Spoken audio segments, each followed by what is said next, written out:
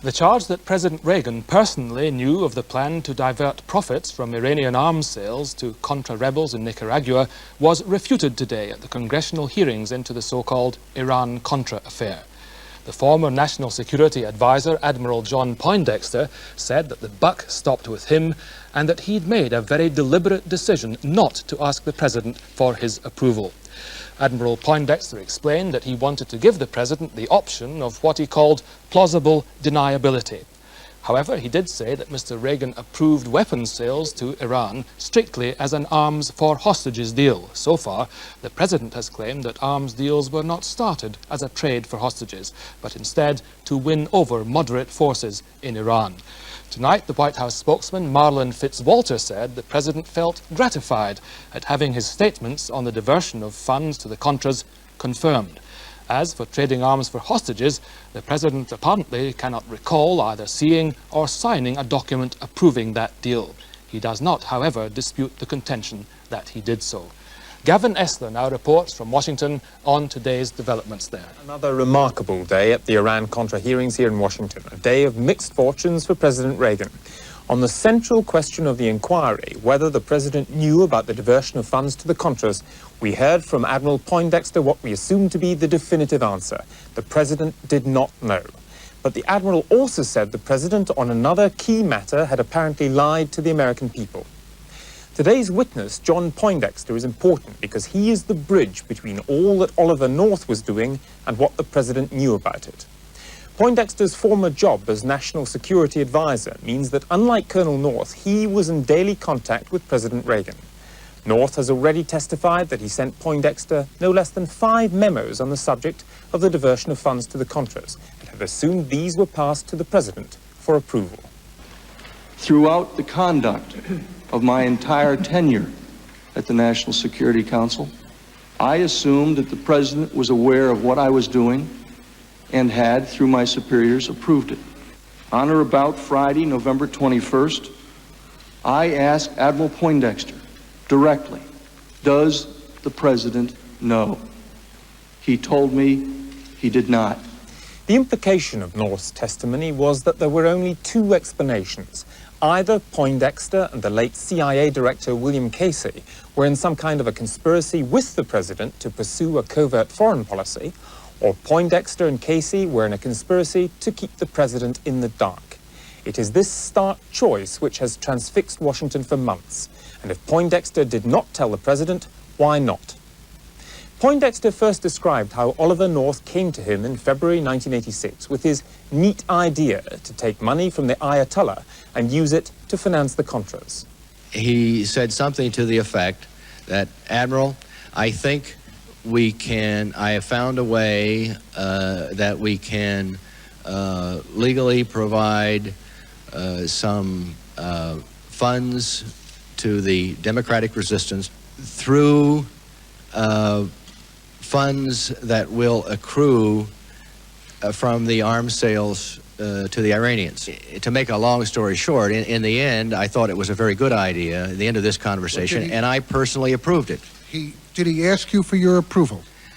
I don't recall how he phrased his request, but he was clearly looking for a signal from me whether or not to proceed ahead along this line. And you gave it? And I gave it to him. I personally did. Mr. Chairman, if Poindexter had given North approval, did he then go and seek his own authorization for this major foreign policy initiative from his superior, President Reagan?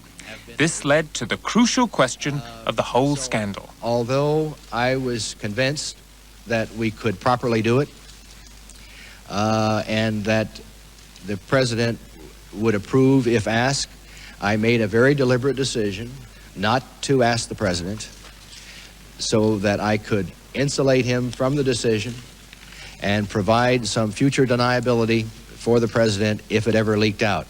Of course, our hope was that it would not leak out. And so that the answer is you did not tell the President of the United States. I did not.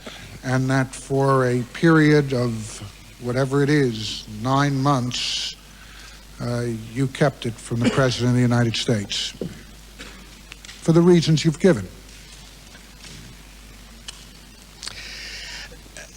Mr. Lyman, this clearly was an important decision, but it was also an implementation of very clear policy. If the president had asked me, I very likely would have told him about it, but he didn't, and I think it's, you know, an important point here is that on this whole issue, you know, the buck stops here with me. I made the decision. I felt that I had the authority to do it. I thought it was a good idea. I was convinced that the president would, in the end, think it was a good idea. But I did not want him to be associated with the decision. We already know from North's testimony that the CIA director, Bill Casey, also knew about the diversion of funds from the very start. So, Poindexter was asked, had he ever discussed the subject with Mr. Casey? Had they together conspired not to tell the president? Did you ever discuss with Mr. Casey the diversion? I did not. Why not? Because I wanted to keep the issue highly compartmented. As I said and have testified before this morning, to my knowledge, Colonel North and I were the only ones that knew about it. Mr. Casey had to come up to the Hill to testify before the intelligence committees, and I did not want him to have to be evasive in answering questions. We now know that in answering those congressional questions, Director Casey was more than evasive. He lied. There did come a point, however, when Admiral Poindexter was tempted to tell the president about the policy being carried out in his name. That he says, look, I don't want to pull out our support for the Contras for any reason. This would be an unacceptable option. Isn't there something that I could do unilaterally? And by that, I took it to mean that he could do on his own that didn't require congressional approval. And I was sorely tempted at that point to tell him what we had working, but I thought better of it and did not. And that was because you realized this would be so controversial. That's correct. So that again, it's the more controversial the issue, the less the president was to be told. I'm going to object. Well, I'd like to have that stricken. I mean, that's another bit of Arthur Lyman bringing his conclusions to bear. His job is to give questions that elicit facts. And we have never, my client has never testified that he does not bring things that are controversial forward to the president. He has never said that. He has said over and over that the diversion or transfer was a detail implementing a policy. He did not, and he has also said, yes, it was politically controversial, but to imply that nothing controversial is brought to the President of the United States by Admiral Poindexter is just an unfair distortion of the record. The question now is whether Congress will believe what Admiral Poindexter has told them. Like Ollie North, the Admiral has a history of telling lies to protect what he sees as the national interest. He told the American press that there were no plans to invade Grenada. 12 hours later, the troops came ashore. When Colonel North lied to a congressional committee, his superior sent him a note saying, "Well done." Senate Counsel Lyman began pressing Poindexter about the 5 memos detailing diversion of funds to the Contras, which North claims to have sent up the line, intended for consideration by the president. One of these was recovered by investigators. The rest was shredded. But why did Poindexter not pass them on? Alternatively, why did he not tell North to stop badgering him on the subject? Do you, Admiral, dispute Colonel North's testimony that he sent you 5 different memos referring to the diversion and recommending that you brief the president? I do not remember any other memos. Well, if you got one memo after another recommending that you brief the president, would it not have been your practice to say to Colonel North, stop sending me memos referring to the diversion and referring to the president? Objection, Mr. Chairman. That's pure speculation. The Admiral has testified he received only one memo. how does it provide the president with deniability if the lieutenant colonel sent 5 separate memos referring to diversion and each saying, brief the president?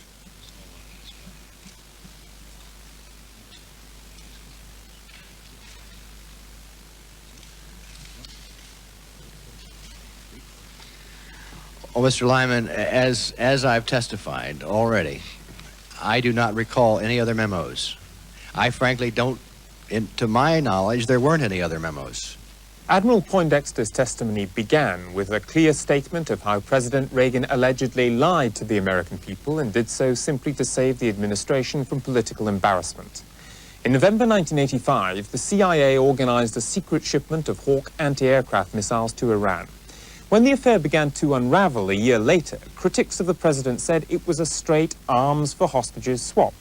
The president vigorously denied that, saying instead that he was hoping to secure a major diplomatic opening to a strategically important country. We did not, repeat, did not trade weapons or anything else for hostages, nor will we. Well, according to Admiral Poindexter, the president was not telling the truth because he had already signed what's called an intelligence finding, approving the arms shipment to Iran precisely because he wanted to secure the release of Americans held in Beirut. In order to authorize covert activities of this type, the president is supposed to find that they are in the national interest. The CIA asked the president to sign such a finding after the shipment and make it retrospective. The Hawks were already in Iran. According to Poindexter, President Reagan signed the finding on November the 30th, 1985, and the finding shows this was a straight arms for hostages swap. Admiral Poindexter then went on to describe a meeting in the White House a few days later, in which this retrospective finding was discussed.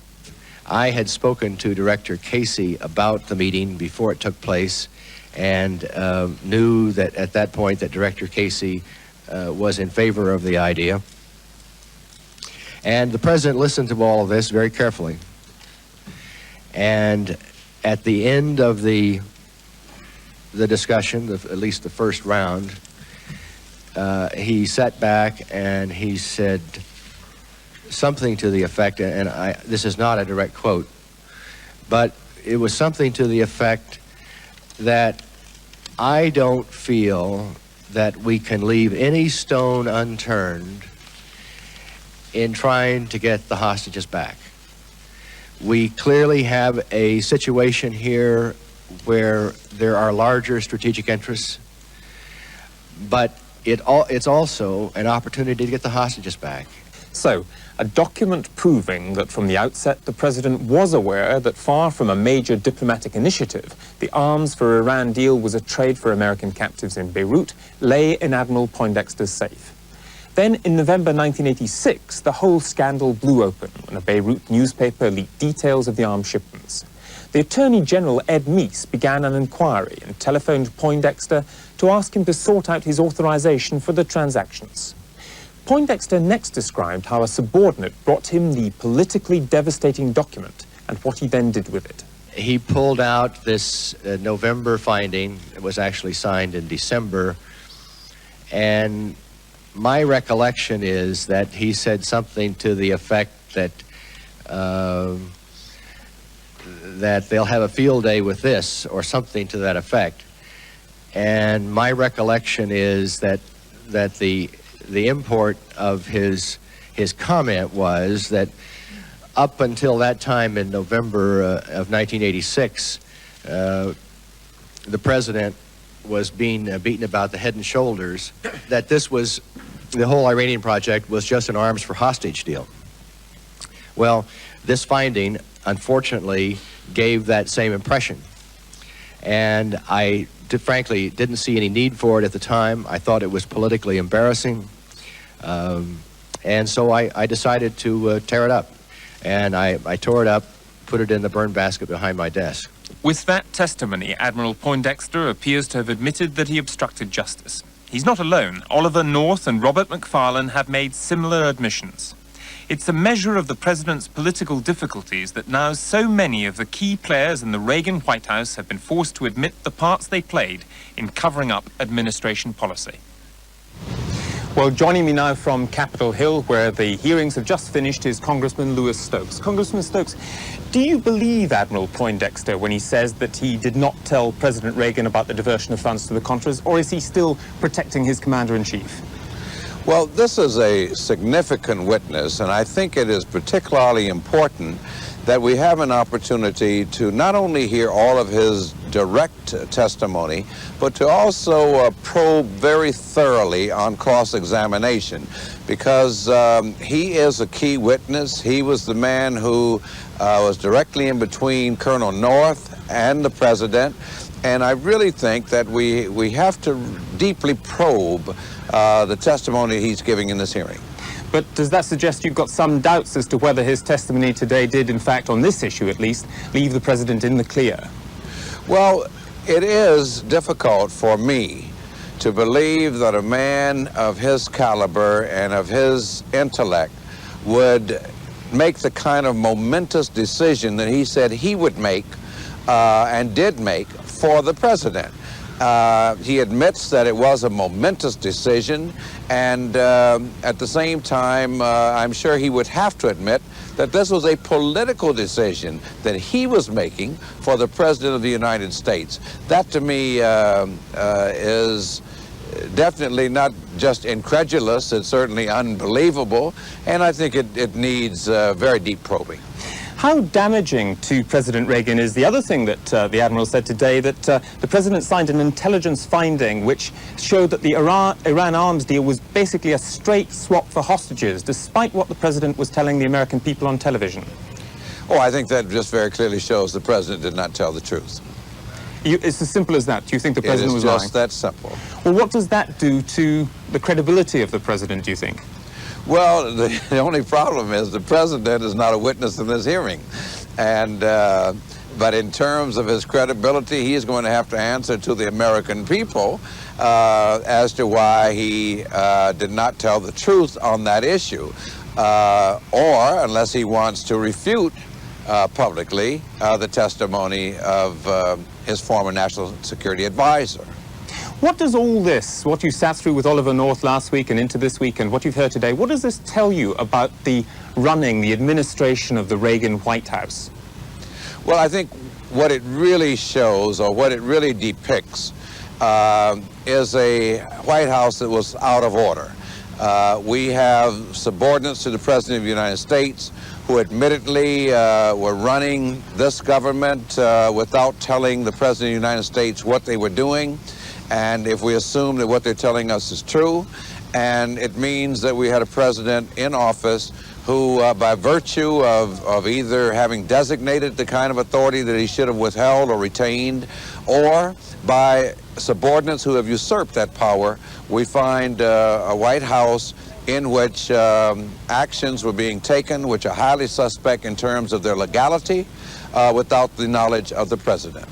Now, we've had a number of officials who've talked rather proudly, in fact, of their part in covering up these various matters. What do you think should happen to them? Do you think they should be indicted, and do you think they should go to jail? Well, as you know, our panel is not a prosecutorial body.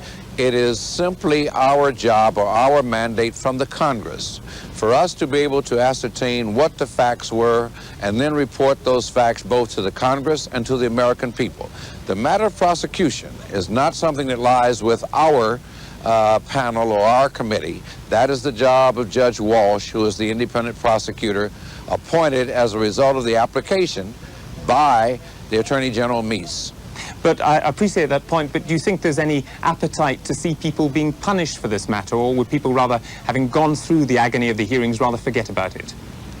Well, I'm not sure we even have a decision in that matter.